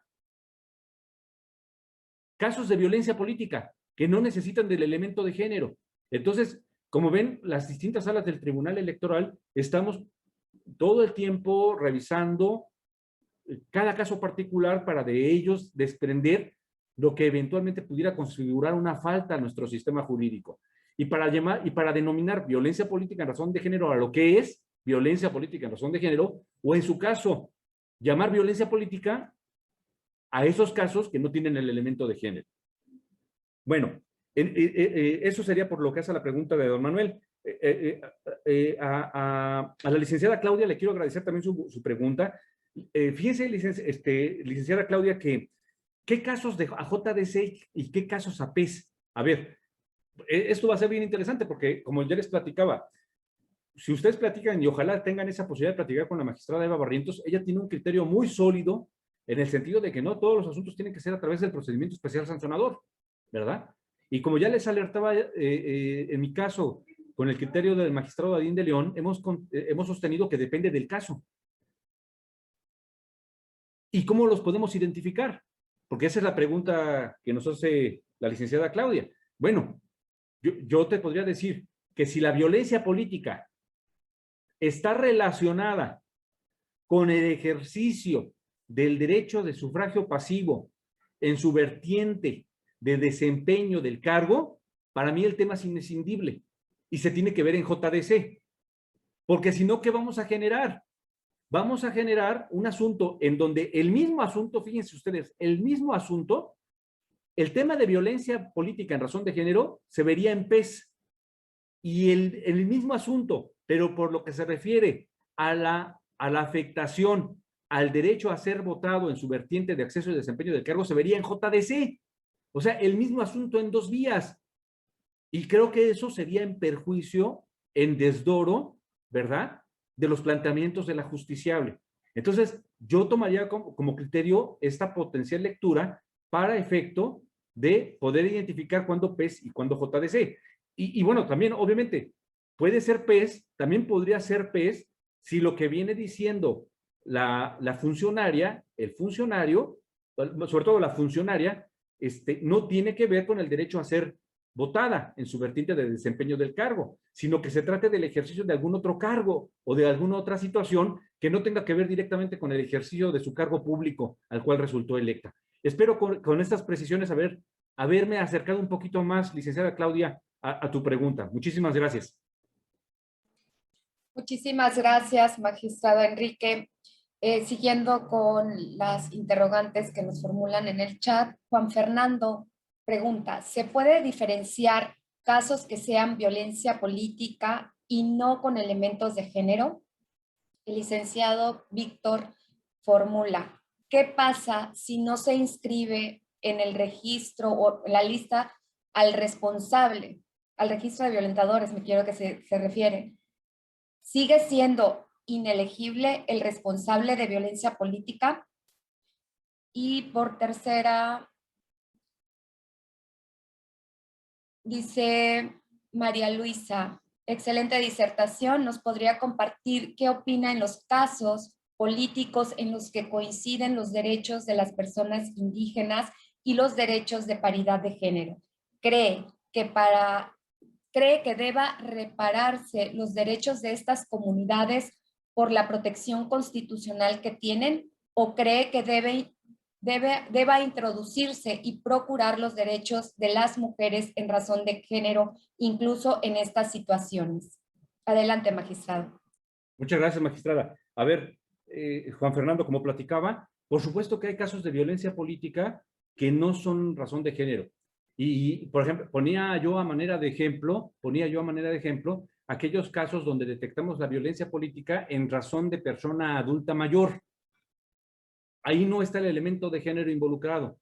O este precedente, lamentablemente ahorita no me acuerdo del asunto, pero sí recuerdo que el magistrado ponente fue el magistrado presidente, don José Luis Vargas Valdés, detectó casos ya de violencia política sin el elemento de género. Entonces, sí es posible identificar la violencia política sin que para ello sea o forme parte o tome parte el elemento de género. Sí es posible, Juan Fernando. Dos, respecto a la pregunta de ¿qué pasa si las personas no son inscritas en los registros? Bueno, les quiero platicar que ahorita todas las autoridades electorales, tanto los organismos públicos locales electorales, el Instituto Nacional Electoral, los tribunales electorales locales y las salas regionales, tenemos, por supuesto, la consigna de que en los casos donde detectamos la violencia política en razón de género, se tiene que ordenar, en su caso, la inscripción en el registro. Se tiene que ordenar la inscripción de la persona en el registro. Se tiene que decir la temporalidad, dependiendo de la gravedad de la falta, ¿verdad? Y, por supuesto, eventualmente, esto puede afectar la elegibilidad de esa persona si aspira al derecho a la reelección. Y como pueden ustedes seguramente o han observado, ya ha habido casos en donde los institutos electorales locales están negando el registro de candidaturas de aquellas personas que tienen en su haber sentencias donde se les declaró responsables de violencia política en razón de género y que aparecen registradas o que aparecen inscritas en los registros. Entonces, el registro se volvió precisamente ese instrumento que hace posible que las sentencias queden compiladas, queden reunidas en un solo cuerpo y que la autoridad electoral tenga la capacidad de acudir a un solo documento para revisar esto. De otra manera, si no se construyera el registro, ¿qué tendrían que estar haciendo los OPLES? Los organismos públicos locales electorales tendrían que estar revisando todas las sentencias. En cambio, teniendo el registro, pues prácticamente toda la información ahí se concentra y tienen un documento, ¿verdad? Actualizado, que reúne precisamente toda esa información que es muy valiosa para el desarrollo del siguiente proceso electoral. A la última pregunta, ¿qué hacemos? ¿Qué hacemos las autoridades electorales cuando se conjugan los elementos precisamente de pueblos y comunidades indígenas con el derecho a la participación política de las mujeres? Les quiero platicar que desde el año 2002 que se reformó la Constitución Política de los Estados Unidos Mexicanos, creo que la Constitución es muy clara en ese sentido. Dice que las autoridades debemos proteger al máximo posible los usos y costumbres, los sistemas normativos indígenas, pero, y subraya la Constitución, ello sin perjuicio de los derechos humanos y entre ellos la participación política de sus mujeres. Entonces, por supuesto que los sistemas normativos indígenas tienen que ceder ante el legítimo ejercicio del derecho a la participación política de las mujeres. Pero también les quiero decir que también la Sala Superior ya estableció un criterio al respecto y dijo, es cierto que desde el año 2020 ordena la paridad. Pero tratándose de sistemas normativos indígenas, esto se tiene que hacer de manera progresiva. ¿Por qué? Porque también se podría poner en riesgo a las mujeres si de repente en municipios donde nunca han participado, de repente se pone a la mitad de mujeres en el cabildo. Incluso, lamentablemente, hay situaciones donde podría ponérseles en riesgo. Entonces, también la Sala Superior ha dicho que este criterio de paridad tiene que ser progresivo, ¿verdad? Tendrá que ir avanzando en la dirección de llegar a la paridad. Espero con esto haber dado respuesta a las 3 interrogantes. Gracias. Gracias, estimado magistrado. Nuestra jueza Elizabeth Hernández Gutiérrez pregunta, en cuanto a violencia política en razón de género de mujeres indígenas, ¿cuál es el enfoque para determinarla? María Fernanda Cano pregunta, ¿cómo se califica la infracción de violencia política de género en cuanto a la gravedad de la conducta y cómo se fija la proporcionalidad de la sanción en cuanto a la individualización de la propia sanción? Adelante, magistrado. Muchas gracias. Gracias, jueza Elizabeth. ¿Cuál es el enfoque? ¿A partir de qué enfoque se tienen que revisar los casos de violencia política en razón de género? Espero haber entendido correctamente la pregunta. El enfoque necesariamente tiene que ser a partir de la perspectiva de género. La perspectiva de género, como ustedes saben, incluso la Suprema Corte de Justicia de la Nación tiene un protocolo que explica cuál es la perspectiva de género y que sobre todo nos indica a los tribunales que tenemos que ser muy cuidadosos de observar la neutralidad del derecho, porque incluso en muchas ocasiones las propias normas jurídicas están cargadas de estereotipos o prejuicios e inconscientemente aplicamos, ¿verdad?, las normas jurídicas sin darnos cuenta de que la propia norma jurídica contiene un estereotipo o un prejuicio. Entonces, la perspectiva de género nos dice, tenemos que ser muy cuidadosos en que las normas que vayamos a aplicar al caso particular, precisamente, ¿verdad?, no estén cargadas de algún estereotipo o de algún prejuicio. Esta creo que debe ser precisamente la perspectiva que nos debe orientar, que nos debe orillar al análisis de un caso de ese tipo. Incluso ahorita que lo estoy platicando, recuerdo un precedente, un caso en el que precisamente en estos casos en donde les platicaba los asuntos de las regidoras en estado de gravidez, incluso en el informe circunstanciado nos decía el presidente municipal, pero es que yo a la regidora la traté como a todos los demás, la traté en iguales términos. Bueno, esto que pudiera en un primer nivel decir, bueno, la está tratando igualitariamente, somos iguales, ¿no? Bueno, pues precisamente esa igualdad, en un caso en donde tenemos a una servidora pública en estado de gravidez, pues genera en realidad una situación de desigualdad. Ahí es donde se ve precisamente que la norma jurídica puede contener un estereotipo o prejuicio, porque precisamente una mujer, una funcionaria electa en estado de gravidez, no necesita que la traten igual, necesita que la traten como lo marcan los tratados internacionales, que es con niveles especiales de protección. Entonces, ese es un caso que pudiera tal vez ilustrar un poco a lo que me quiero referir yo con la perspectiva de género.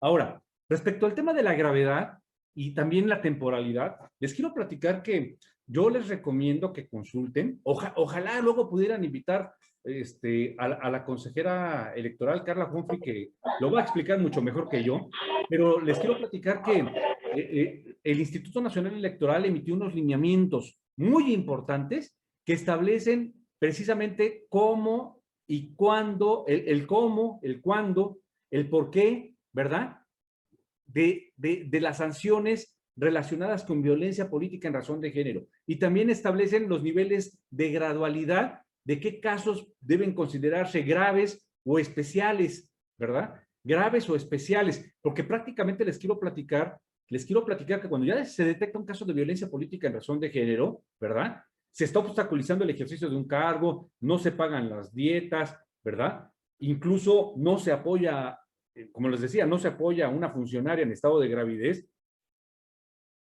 Esto eventualmente, y precisamente el responsable pretende su reelección, lo que hemos podido construir hasta el momento es que la posibilidad de esa reelección, ¿verdad?, debe verse restringida, precisamente por haber incurrido en esa violencia política. Pero además, y me van a decir, ¿pero por qué es tan grave la violencia política, magistrado? ¿Por qué lo llevan hasta ese extremo? Ah, bueno, a ver, cuando todo funcionario público asume el ejercicio del cargo, ¿qué hace ese funcionario público o esa funcionaria pública? Cuando asumimos el cargo, protestamos guardar y hacer guardar la Constitución y las leyes que de ella emanan. Y cuando observamos un caso de violencia política en razón de género, estamos observando que ese funcionario que protestó guardar la Constitución y las leyes no está cumpliendo con la protesta constitucional también. Es una situación muy delicada, ¿eh? Es una situación muy grave, porque los funcionarios públicos somos los primeros llamados a hacer cumplir las leyes. Entonces es muy delicado que un funcionario público que protestó guardar la Constitución, que protestó guardar las leyes, no cumpla ese mandato, porque el mandato lo que ordena es que debemos conducirnos con apego a la ley, con apego al derecho, y eso significa, entre otras cosas, no incurrir en violencia política en razón de género. Entonces, sugiero la lectura de estos lineamientos que pueden servir para darle también más claridad a cómo medir la gravedad y cómo medir la temporalidad para que una persona aparezca o no en el registro de infractores con motivo de la violencia política en razón de género. Gracias, magistrada. Gracias, magistrado. Tenemos 3 interrogantes más de Carlos Enrique Domínguez. ¿Cómo se determina una violencia de género en la comunidad indígena? La segunda interrogante de nuestro juez Ramón Guzmán Vidal. Estimado magistrado, primero, felicitarle por su conferencia y segundo, de favor, ¿podría darnos su opinión sobre el registro del INE y OPLES de las personas que han cometido violencia política contra las mujeres en razón de género? Lo anterior, ¿es una sanción o es una medida de restitución en virtud que se pretende individualizar respecto a la gravedad y la temporalidad? Y por último, José Alfredo Rodríguez, ¿qué pasa con las mujeres que son utilizadas en las elecciones como Juanitas y al final el otro son los que gobiernan en los estados? Correcto. A ver, empiezo a don Carlos. ¿Cómo detectamos los casos de género en sistemas normativos indígenas? Les quiero platicar que en los casos de los sistemas normativos indígenas es muy claro, resulta muy claro porque básicamente ahí observamos o enfrentamos sistemas normativos indígenas, es decir, usos y costumbres en donde claramente se dice que las mujeres no participan políticamente. El uso y costumbre lo dice.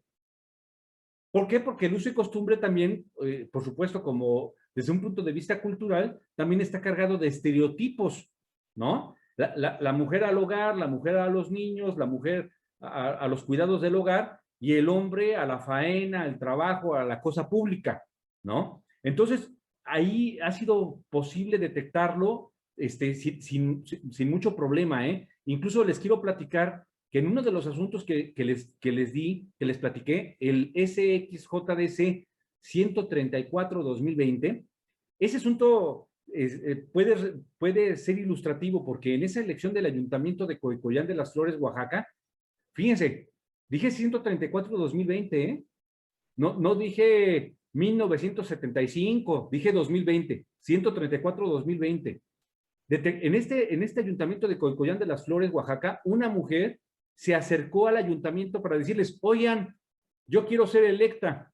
¿Y saben cuál fue la respuesta del ayuntamiento? Claro, integrado por hombres. En este ayuntamiento solo encabezan planillas los hombres ¿verdad? Y las mujeres se quedan en la regiduría de educación. Tú no puedes encabezar planilla. Entonces, pues es muy notorio el tema de género, ¿no? Y así tenemos muchos casos que hemos podido detectar en esa dirección precisamente. Entonces, creo que la lectura de este precedente puede ayudar todavía a resolver o a fortalecer la explicación que he procurado dar sobre esta pregunta. Estimado juez Ramón, qué gusto saludarte, te agradezco mucho tu pregunta también y verte bien de salud, me da mucho gusto. También veo por ahí a don Armando Maldonado, también un saludo afectuoso. Fíjense que la pregunta de Ramón, como siempre, muy inteligente, muy quirúrgica. Este registro, ¿qué carácter tiene? ¿Forma parte de una reparación integral? ¿Forma parte de una sanción? Yo creo efectivamente, Ramón, que tiene al menos esas dos visiones. De reparación, por supuesto, hacia la mujer que sufrió una merma en el ejercicio de sus derechos político-electorales, ¿verdad? Se impide que el infractor siga actuando, siga afectando a otras mujeres. Primero, y por eso hablábamos de la reparación integral, primero que esa persona se capacite, cambie su forma de ver la vida, cambie su forma de percibir la participación política de las mujeres, antes que querer seguir participando políticamente, porque puede afectar a más mujeres posteriormente, si primero no se capacita, si primero no se prepara. A ver, no es una pena trascendental, ¿eh? ¿Por qué? Porque son periodos, hablábamos de 3 a 6 años, 3 a 6 años en donde la persona, por supuesto, tiene la capacidad de restituirse, de restablecerse y de seguir participando políticamente. Además, lo que se ve frenado es su derecho a ser electo. Pero sabemos que la participación política no solamente se reduce a ser electo, puede seguir participando políticamente de muchas maneras, ¿verdad? Y por supuesto, también tiene una sanción directamente porque a esa persona se le impide, ¿verdad? Legítimamente no poder ejercer la posibilidad de la reelección al siguiente cargo o a un cargo diverso. Entonces, creo que al menos tiene esas dos dimensiones, estimado Ramón, ¿eh? Pero tú pusiste sobre la mesa un tema que merece ser explorado y que merece ser analizado científicamente como tú lo empezaste ya a dibujar desde tu pregunta. Muchísimas gracias, Ramón. Magistrada, discúlpame, la última pregunta no alcancé a registrarla, ¿me la puedes repetir? Sí, magistrado, ¿es la de Ramón o la de Carlos Enrique Domínguez? Creo que era Alfonso, si no... Alfredo Rodríguez. ¿Qué pasa con las mujeres que son utilizadas en las elecciones como Juanitas y al final en otros son los que gobiernan en los estados? A ver, ese tema, don Alfredo está tocando un tema muy interesante que arranca desde el famoso caso Juanito. Para quienes no conocen el asunto o el caso Juanito, ¿verdad? En el año 2009, en una elección de jefe delegacional en Iztapalapa, en Ciudad de México, en el Distrito Federal, precisamente pasó por primera vez este fenómeno en donde un partido político quiere postular a una persona determinada, ¿verdad? Esa persona no puede ser postulada y ponen en su lugar a un candidato o candidata sustituto.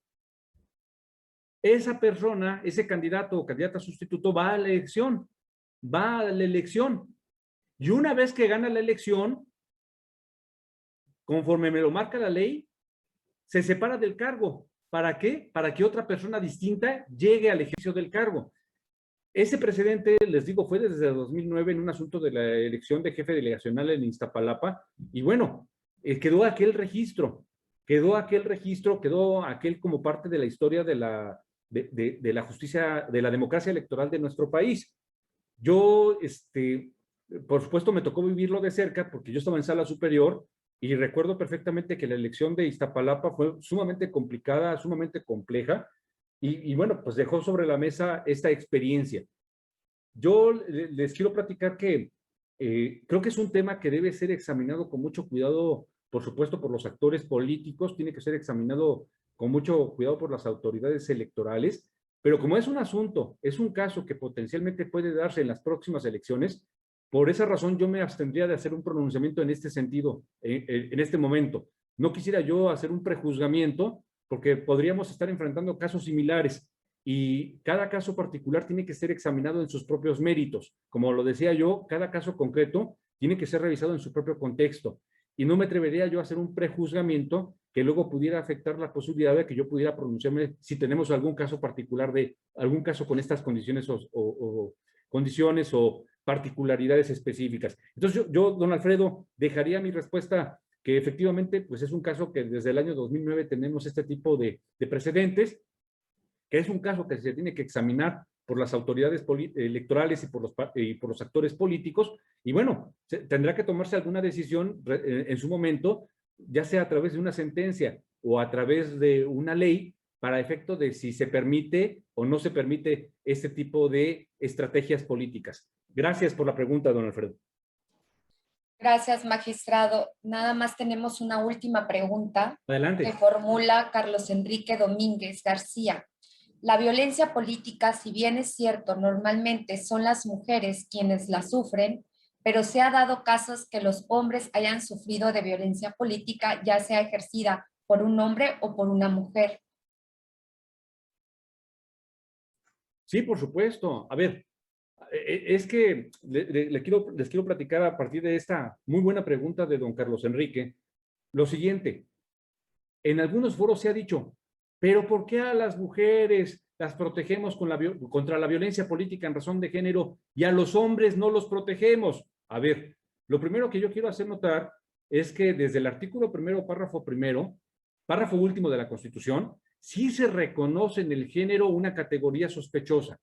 Y claro que me parece que es un hecho público y notorio, ¿verdad? Que en México hay una enorme deuda histórica hacia las mujeres para proteger su participación política. Entonces, no porque ahorita queramos proteger a las mujeres, queramos proteger a las mujeres en el ejercicio de su participación política, significa que hay otros casos en donde se afecte la participación política de los hombres. Por supuesto que los podremos revisar también. Lo que quiero decirles es que, a ver, si un hombre presenta una denuncia, una demanda, pues los tribunales no vamos a decir, no, como nosotros conocemos de violencia política contra las mujeres, no conocemos de violencia política contra los hombres. Esto no es así. Pues que se presenten las denuncias, que se presenten las quejas o las demandas y las revisaremos. Y las revisaremos con todo el nivel de detalle que revisamos cualquier asunto que llega a los tribunales electorales. Con ese nivel de detalle lo revisaremos. Pero sí tenemos que hacernos cargo, repito, de que hacia las mujeres existe una deuda. Y esta generación de los tribunales está llamada, ¿verdad?, a erradicar y a cumplir y sobre todo a hacerse responsables de esa deuda para evitar que las mujeres se vean afectadas políticamente en su legítimo ejercicio del derecho a ser votado en las próximas elecciones. Muchísimas gracias por la pregunta, don Carlos Enrique. Estimado magistrado, pues esas son todas y cada una de las preguntas. Hay muchos comentarios felicitándole por esta charla. Ahora sí que en modo personal agradezco y me llevo el compromiso como magistrada electoral de checar cada uno de los precedentes que puntualizó el día de hoy en esta conferencia para que obviamente se vean reflejados en las resoluciones que como integrante del Pleno debamos de tomar. La perspectiva de género, esa sensibilidad hacia la participación de las mujeres y todos los obstáculos que se pudieran presentar para el acceso de ellas en esta democracia, no nada más del Estado, sino de toda la circunscripción y de México entero. De verdad, sí, es riquísimo escucharle de la manera amena y de verdad con la que nos comparte todos los criterios. Sé que la construcción que ustedes hacen en Sala Jalapa es verdaderamente valiosa. Los felicito, me complace, le mando un abrazo con todo el afecto y admiración de siempre, magistrado. Voy a dejar los micrófonos al doctor José Antonio Morales Otario para que él haga las conclusiones de esta conferencia magistral que nos acaba de dar y entregue el reconocimiento por parte de este Pleno del Tribunal Electoral de Tabasco. Muchas gracias a todos y todas. Muchas gracias, magistrada Margarita.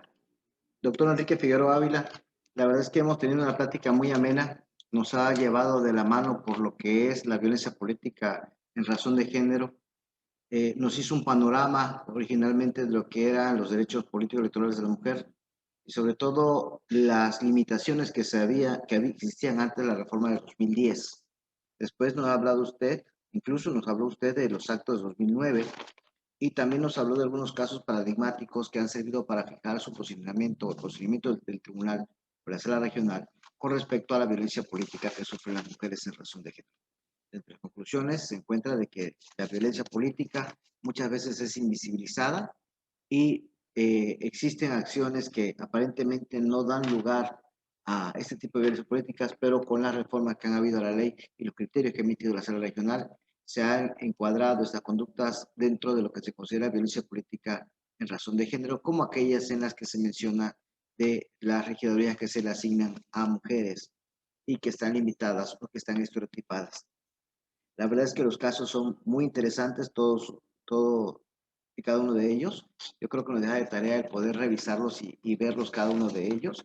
Y bueno, también llama la atención de que la violencia política no, en razón de género no solamente corresponde o es hacia la mujer, sino también puede ser hacia el hombre e incluso puede ser de mujer y mujer, ¿no?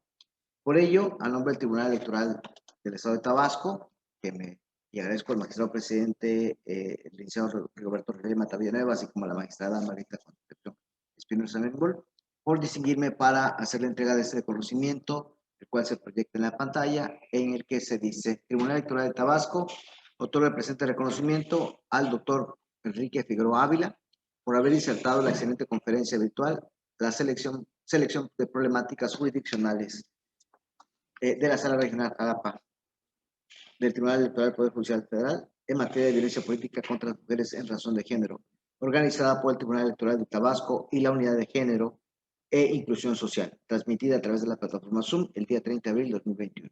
Firma el licenciado Rigoberto Relema Mata Villanueva, en su calidad de magistrado presidente, y lo acompañan la magistrada Yolida Alvarado de la Cruz y la magistrada Margarita Concepción Espinosa Armengol como testigos. Muchísimas gracias, magistrado.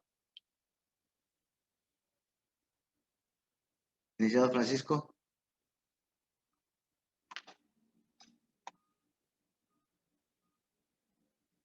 Bueno, si no hay nada más que